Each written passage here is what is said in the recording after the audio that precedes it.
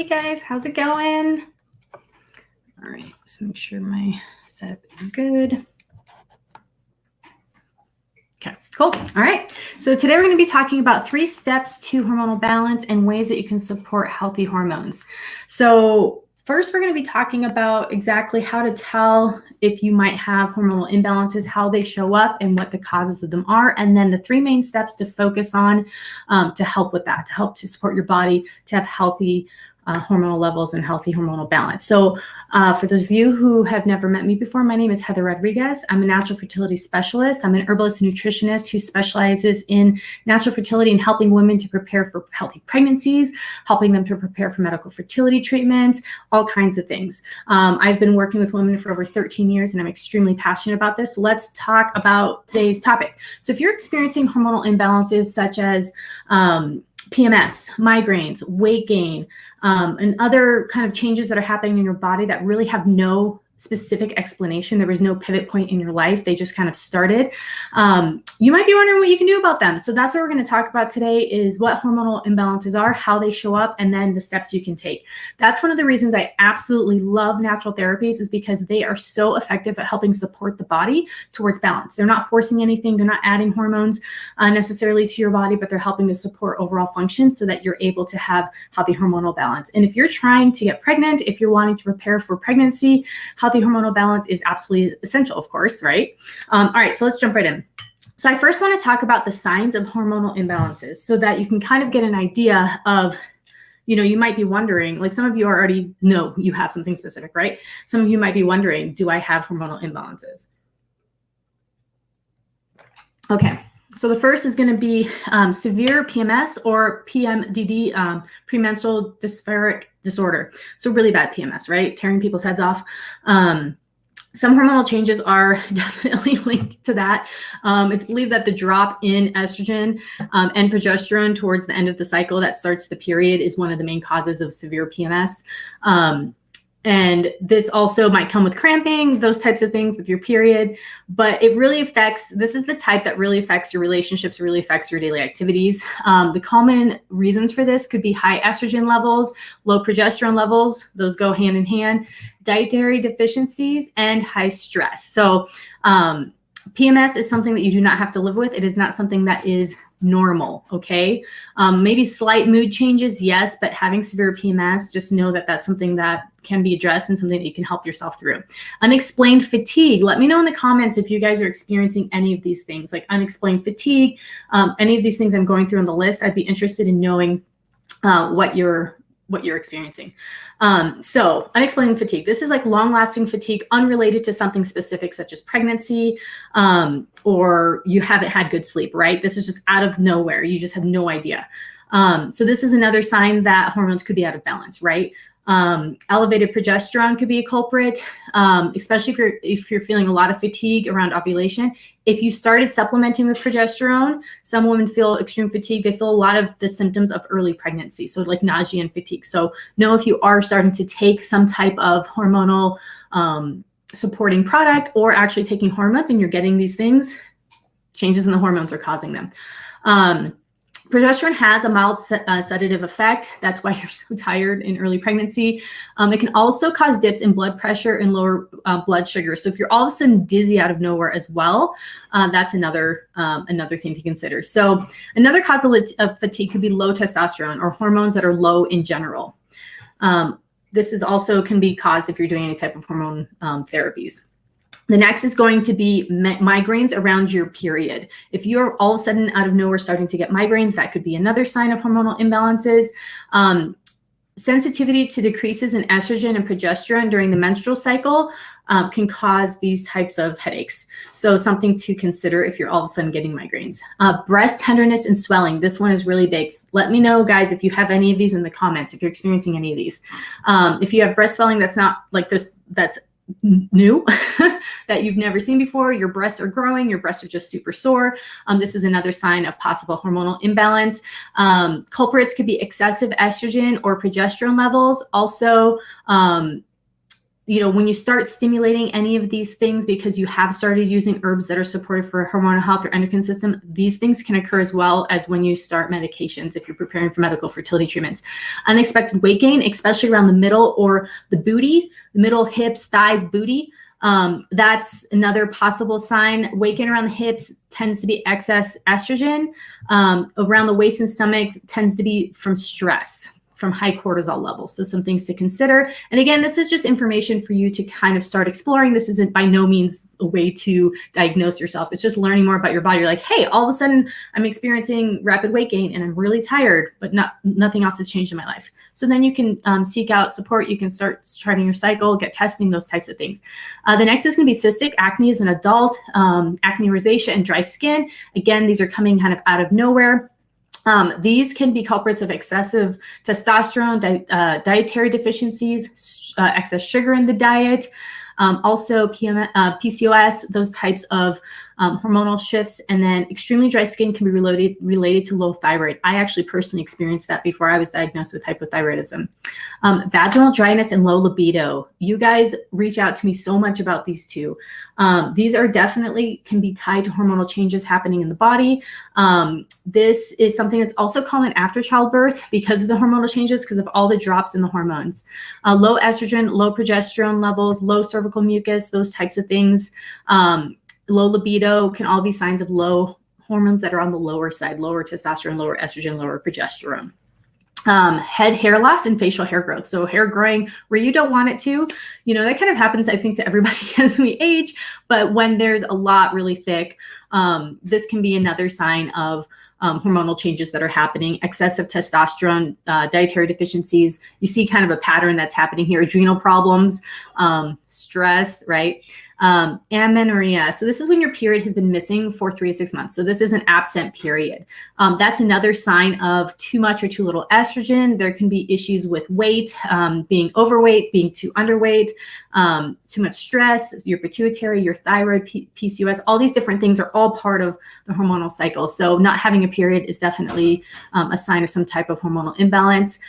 Then also having periods that are very long, that are very heavy, that have lots of clots, they're sometimes painful. These can be a sign of a uterine lining that is too thick, estrogen dominance, endometriosis, all these things that have so much to do with hormonal, with hormones and hormonal balance. Also, heavy loss, blood loss can cause anemia. Anemia can then affect ovulation and your period overall. And what else? Yeah, so excess estrogen is one of the leading causes of that.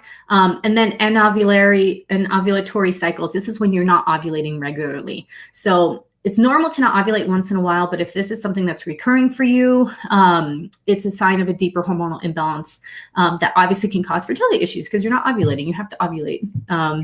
That's like the main moment, right, guys?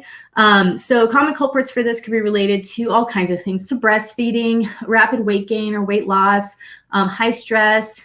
Obviously, if you're on oral contraceptives or you just got off of them, if you're experiencing PCOS, pituitary, thyroid problems, all of those can have effects on ovulation and helping in having a regular ovulatory cycle. The next is going to be if you're experiencing uterine fibroids. Uterine fibroids are something that's growing in the body that is stimulated by high estrogen levels. With high estrogen levels come low progesterone levels. So that's going to be hand in hand. This is something that can be aggravated by we'll talk more about that, like how these happen, but by external sources of estrogen and so on. The next can be ovarian cysts, same thing. This is going to be excess estrogen, possibly excess progesterone. We don't see that as often. And then PCOS. PCOS is one of the most common things that we talk with people about and that people reach out about. Elevated testosterone, elevated estrogen. Not everyone has elevated estrogen. Insulin resistance, all of these things are tied to a cascading event from hormonal imbalances. And then the last is going to be recurrent miscarriages. While a large number of miscarriages are due to chromosomal abnormalities and they are a way of nature kind of taking care of that issue, some recurrent miscarriages can be caused from hormonal imbalances such as low progesterone or elevated prolactin, thyroid issues, adrenal issues, luteal phase failures, all those different things. So there is a component to recurrent miscarriages that could be hormonal. So those are some of the main ways to know that, hey, maybe there is something hormonal going on and you might need some additional support. So what we're going to talk about is the 3 steps you can take to help support yourself. Now, if you are experiencing any of these things, I definitely suggest to get some hormone testing done. It's going to save you time so that you're not guessing. But all the 3 steps that we're talking about, you can use in conjunction with that. But the more knowledge, the better. The more knowledge you have, the better, so that you don't waste time just like shooting in the dark, right? There's tons of tests because I know everyone's probably going through some type of COVID situation right now. So going to go get your hormones tested may not be the easiest thing to do. There's tons of amazing tests that you can get online now. There's so many. So it's really exciting, the advancements that are being made in hormone testing, tests that you can do at home that are sent to the lab, and so on. So don't be afraid of getting testing. Doesn't mean you have to do anything else you don't want to do. Knowledge is key here. All right, so the 3 steps. So these 3 steps, I'm going to go into detail over the next couple of days in separate videos because each one needs its own video to go in depth with. But the 3 main steps to focus on helping to support hormonal health are going to be to nourish your body. So this is going to be through nutrition and sleep. Nutrition and sleep are so important. Sleep, I think, is so underrated as something that people do to take care of themselves because it's important for hormone production. It's important for ovulation. It's important for rejuvenation, egg health, all those different things. We need to sleep. We need to have good sleep. It also helps us to process stress. Nutrition.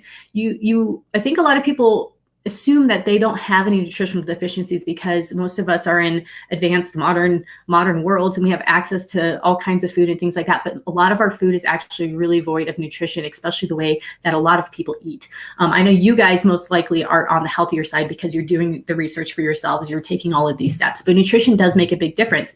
If you have vitamin C deficiencies, that can affect ovulation, that can affect the luteal phase, the period of time when the embryo is going to implant. Let me just plug my phone in here real quick. Another thing that can affect it is anemia. Anemia has a big effect on having a cycle and building healthy uterine lining. If you're not eating enough protein, building uterine lining. So all those different things, nutrition is always foundational because one little deficiency like that, like everything else can come back normal in your testing, right? I talked to a lot of women, especially this last week. Unexplained infertility has been a really big topic. But it could just be that one little nutritional deficiency you're not aware of, and then bam, done, taken care of. So that's really exciting because you can have an effect on it through what you're eating and through your diet and lifestyle. The next step is going to be, and I'll go into more detail doing other videos on these specific topics. The next is going to be to protect and eliminate. So we are helping the body by nourishing it. We're making sure to get enough sleep so the body can rebuild itself. It can process the stress through the day, all that stuff. But we also need to help the body to manage the current chemicals, the current hormones, and all of that's happening in our environment from our foods and so on. So we need to definitely make sure to be helping the body to process hormones through, we'll go through all those details, but through diet, through fiber, through cleansing, through stress management, and through protecting the body from xenohormones. Let's see, my phone is, there we go. Hopefully that's charging now. And protecting the body from chemicals that are mimicking hormones in the body. This is so huge. That's just one of the main reasons I think we have such a big amount of fertility issues happening, is because we are having to deal with all these chemicals we never had to before that are in our daily lives that are mimicking hormones, and they're doing so very strongly in the body. So we'll talk more about that in the video that I do about that. And then the last place to focus on for fertility health, the third place, is going to be balance and support. So balance and support is going to include things like tracking your cycle to know where you're at. And then you can also see these changes as you're making, you can see the changes on charts as you're making these adjustments to your lifestyle. Also learning what your period is telling you. If you're spotting during certain parts of your cycle, that's telling you something. If your period is very thick and heavy, and you have lots of pain during your period, that's telling you something. If it's very light, you have 2 days of spotting, it's very, very light, that's telling you something. So learning more about what your period is telling you, what your body is telling you. And then you can use herbs, you can use essential oils, you can use supplements, all of these things to help bring your body and your hormones back into balance. through supporting the endocrine system and through supporting hormonal balance and helping to protect from xenohormones and all these different things. So there's so many different steps you can take. There's so many things you can do to help support your hormonal health. So please stay tuned for the next videos. But I'd love to answer any questions you have currently as it pertains to natural fertility and hormonal health. And I hope you found today's class helpful, and stay tuned for the next topics that we're going to cover. All right, so let me go ahead and just pull up. You guys have lots of great questions that I have been seeing. All right. Can you guys still hear me on Instagram?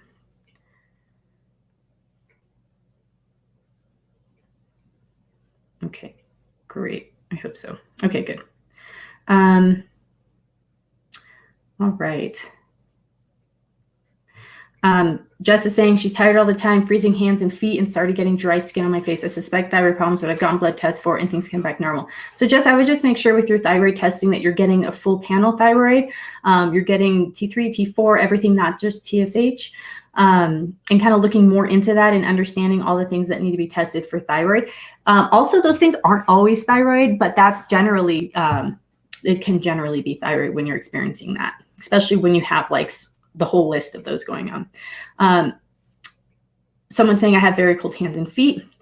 I used to be extremely cold all the time before I got my thyroid taken care of.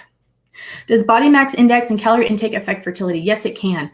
If you're underweight, hormone production ends up being a possible issue. If you are overweight, then you're having some other issues with like excess estrogen and some other things that are happening. So yes, body mass index and calorie intake can affect fertility. Where can I get tested for hormones, as you mentioned during this time? So there's a couple different sources. Feel free. I know there's some awesome practitioners that watch these videos too. Feel free to put in the comments your favorite sources for testing. But there's a company called Prove that I've really liked, Proov. They're doing ovulation testing to predict and confirm. And then they're also doing progesterone testing that you can do at home. There's also Dutch testing that can be done at home. And a couple others. You just have to research. There's so many that are constantly coming out. It's really exciting. Okay, so I'm going to answer some questions from Facebook and YouTube. Hey guys, are you talking about signs of hormonal imbalances? Yes. Love your earrings. Thank you, Veronica. Unexplained fatigue and headaches. Ovulation should be next week. Yeah. So see, Cheryl, you know your body, right? So you've got these different things where you're like, oh, I'm all of a sudden tired and I have a headache. I'm going to ovulate. So that's another way that you can tell kind of what's going on in your body, right? Because it's been this pattern. Afree's always had a lot of pregnancy symptoms before periods. Yeah, so you've had that fatigue, and sore breasts and all of that. Yep. I used to experience fatigue, but I don't know if exercising and changing my diet have made it go away. I'm also taking maca powder multivitamins. So it's great. You're not experiencing the fatigue anymore. So what happens when you start taking these steps, like the steps we're going to talk about in these next videos, is you start seeing some of these things go away. So it's really good to be aware of, wow, I feel fatigued before my period, or I get this migraine, or my breast is really sore. Because once you start taking the steps, those things start to shift, and that's how you know things are working for you. So it's really exciting, because when it comes to these types of things that you're experiencing, you actually do see a difference in the first cycle. The hormonal imbalance isn't definitely like gone. You have to continue with your lifestyle change, your regime, but you'll notice those little things really quickly, like your skin will clear up, or you won't have the migraines anymore. The sore breast is almost overnight. It's really cool. Someone else is experiencing breast tenderness for sure and weight gain. I hear ya. I hear ya. Om says, good to see you. Nice to see you. Is maca root good for hormonal imbalance? It is a wonderful tonic for the endocrine system. So it's one of my go-tos, yes. But there's different reasons that I use different herbs, and we'll talk about that. What about facial hair, for example? Thin hair on cheeks or chin? Yes, for women, that can be a sign of high testosterone. So that would be something that would kind of be like, yeah, there's something going on here. If you just had like a hair or two, that's just something that happens with age. So I don't think anyone could, there's no herb for that, I guess. What can help to lower FSH levels? So that's a whole nother topic that I'll go into, Annie. If you want to reach out, I can definitely get you some links for that. Are OPKs accurate? Yes, OPKs are accurate that ovulation might occur, but they don't promise that ovulation has occurred. And they're also really frustrating because you get a line either way. And your line, like when you take the test, there's the what's it called? You know, the line that's always there. And then there's the test line. That test line has to be darker than the other line. So you're always like looking at the test and like, is this line darker? Is it dark enough? So OPK test, let me know in the comments if you guys agree, but OPK tests to me drive me nuts. But Prove does have a 2-test kit now. So check that out if you are frustrated with OPK tests as much as I am. What about a scanty period? I used to have a very difficult, painful one, but switched from a vegetarian diet to animal-based, and my period has almost no symptoms now, and it's very light. Interesting. So there's a lot of different, I have a whole video on what your period is telling you about fertility. So go ahead and check that out. You're on YouTube, so you'll find that on YouTube. I have it on Instagram as well, but it goes into detail on what a scanty period means, what spotting during different types of your cycle mean. But see, you made dietary changes and you saw improvements, so you saw changes. So that's awesome. For endometriosis, none of the doctors told me what to test, only an echo. So yes, with endometriosis, there actually is not, that I know of, specific tests for that besides doing ultrasound, besides going in and looking. But there can be, if you're experiencing severe pain outside of your period, there's other things you can kind of tell, and there's things you can just try that are healthy for you. It's not like, go try this medication. It's like, here, try cutting out meat, or try adding anti-inflammatory foods, these different things which are going to be supportive. Those things you can do for yourself regardless. Okay, great. All right, so some more questions here, and then I'm going to jump off. But thank you guys so much for sharing all your experiences and what your body is showing you about your hormones. Is hormonal imbalance responsible for thin uterine lining in regards to implantation? Is there anything we can do about that specifically? So yes, uterine lining, hormones do have an effect on your uterine lining. So one of the main purposes, or one of the main jobs of estrogen, one of the many, estrogen helps to stimulate growth. So having healthy estrogen levels is important for uterine lining. If you are too low in estrogen, then your uterine lining could possibly be on the thin side. If you have excess estrogen, it could be on the thick side. That's where we end up with lots of cramps, really heavy, thick periods, those types of things. So it does play definitely a big role. Also, having healthy progesterone levels is important to maintain that uterine lining that your body grew. So everything is playing a part in that. I lost a lot of weight doing intermittent fasting. My last period was just very light. Could that be the fasting? Yes, it could be. So that's something with intermittent fasting. I did a video on that recently in a post that talked about intermittent fasting can be beneficial for some people. It's not necessary at all for supporting fertility, but some people are doing it for weight loss and for other health reasons. But to watch what's happening with your hormones and make sure that those changes and those shifts are beneficial in helping you. So yes, definitely you can see changes when you're doing intermittent fasting. How do I gain weight in a healthy way? So if you're someone who's wanting to gain weight, you're a little on the skinny side, like it's really hard for you to gain weight. One of the first things I would personally do is I would start tracking calories using Chronometer. Chronometer is a free app. It's something you can use to track calories. And then just become aware of how much food you're eating. And this is also perfect for weight loss too. Be aware of how much food you're eating. You would be surprised at how little food people eat. How little food you're eating, how little protein you're getting, so on. So what's cool about Chronometer is that it will show you the nutrients that you ate that day by the food you put in, the calories, the protein, the fats. Really important is the fats and the type of fats. So just becoming aware of what you're getting into your body and what it's doing for you and supplying for you is going to really help you to move towards eating enough food and making sure that it's healthy food. You don't just want to load up on junk food because you'll get the calories. Like I focus way more on protein, carbohydrates, fats, and then the micronutrients.